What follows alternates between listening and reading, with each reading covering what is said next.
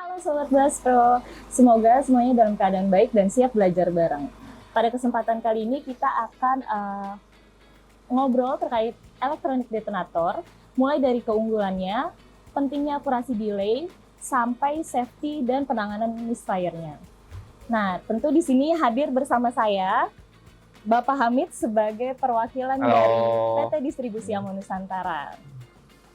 Oke, tanpa panjang lebar, saya mau nanya ke Bapak untuk pertanyaan pertama, yaitu apa itu elektronik delay detonator dan apa keunggulan utamanya dibanding detonator lain? Oke, electronic delay detonator itu merupakan salah satu jenis detonator yang ada di Indonesia gitu ya. Nah, itu merupakan jenis detonator yang paling advantage gitu ya, maksudnya yang paling bagus lah di antara detonator-detonator yang lain gitu. Nah, sebelumnya kan kita tahu ya teman-teman ya, di Indonesia ini kan ada beberapa detonator yang udah berkembang. Yang pertama adalah detonator elektrik, yang kedua adalah detonator non-elektrik atau pakai nonel, yang ketiga adalah detonator elektronik. Nah, sekarang kita mau coba buat penggunaan elektronik detonator gitu ya. Nah, apa keunggulannya dari elektronik detonator? Jadi gini, eh, mau nggak mau, suka nggak suka, tantangan ke depan untuk operasional pertambangan itu akan semakin besar, terutama untuk area-area lingkungan atau environmental gitu ya. Nah, elektronik delay detonator itu tuh sangat bersahabat dengan isu-isu lingkungan atau isu-isu environmental gitu.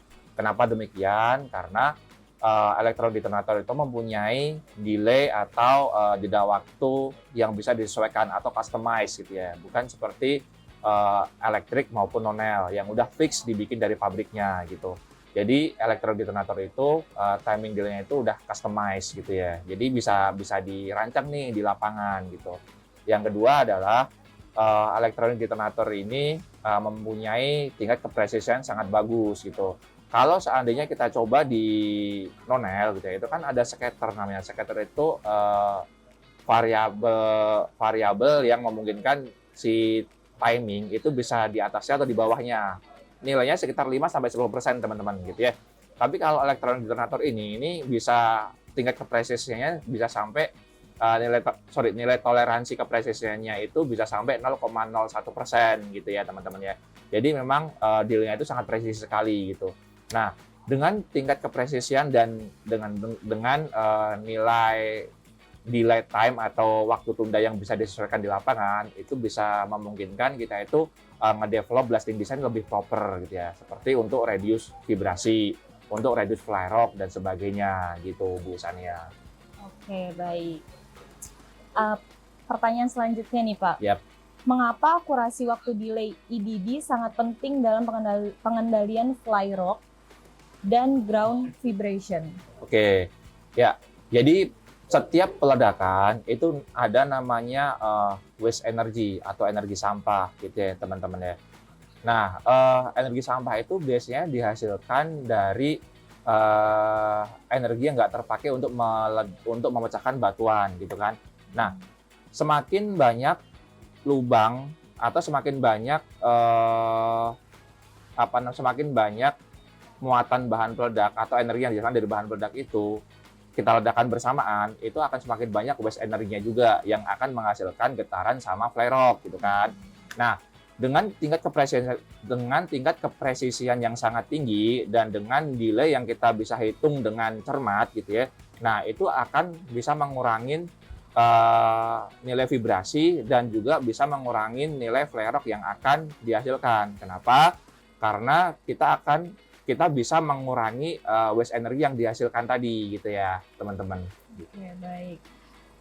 Ada nggak sih Pak keselamatan utama saat handling, instalasi, dan juga programming si EDD ini? Oke, yang pasti semua APD harus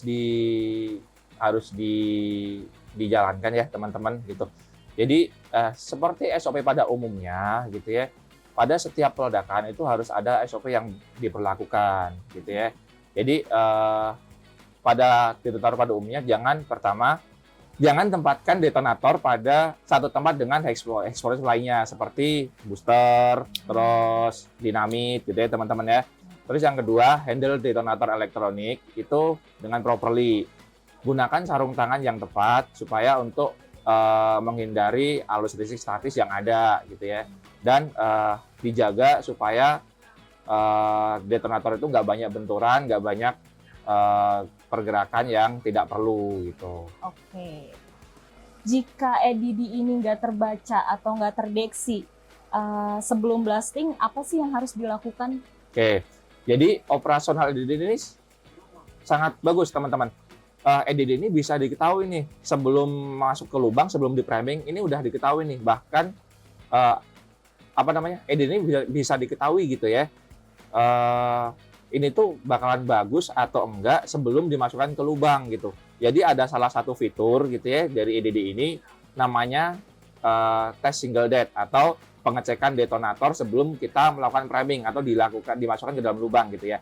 Nah, di sana itu memungkinkan mengetahui bahwa EDD ini akan bekerja atau enggak, atau EDD ini dalam kondisi bagus atau enggak sebelum kita masukkan ke lubang gitu. Jadi ini bisa bagus banget nih untuk meminimalisir misfire yang akan terjadi gitu teman-teman. Gitu. Oke. Penyebab utama misfire sendiri pada EDD itu apa sih Pak, dan bagaimana langkah penanganannya? Oke. Mungkin tadi udah disebutkan juga ya salah satunya. Oke. Jadi misfire produk itu sangat kecil sekali teman-teman. Kenapa? Karena kita udah bisa tahu nih bahwa produk ini bagus atau enggak bahkan sebelum kita lakukan priming, sebelum kita masukkan di dalam lubang gitu ya. Nah, tapi yang menyebabkan EDD ini misfire itu biasanya kebanyakan adalah human error-nya gitu.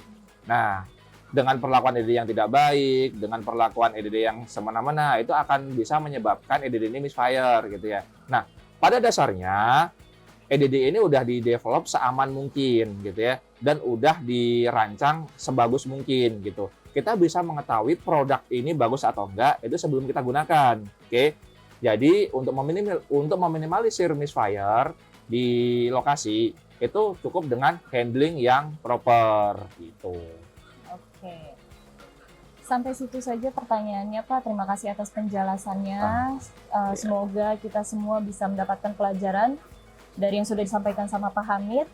Terima kasih banyak atas waktunya juga Pak. Terima kasih Bu Sania.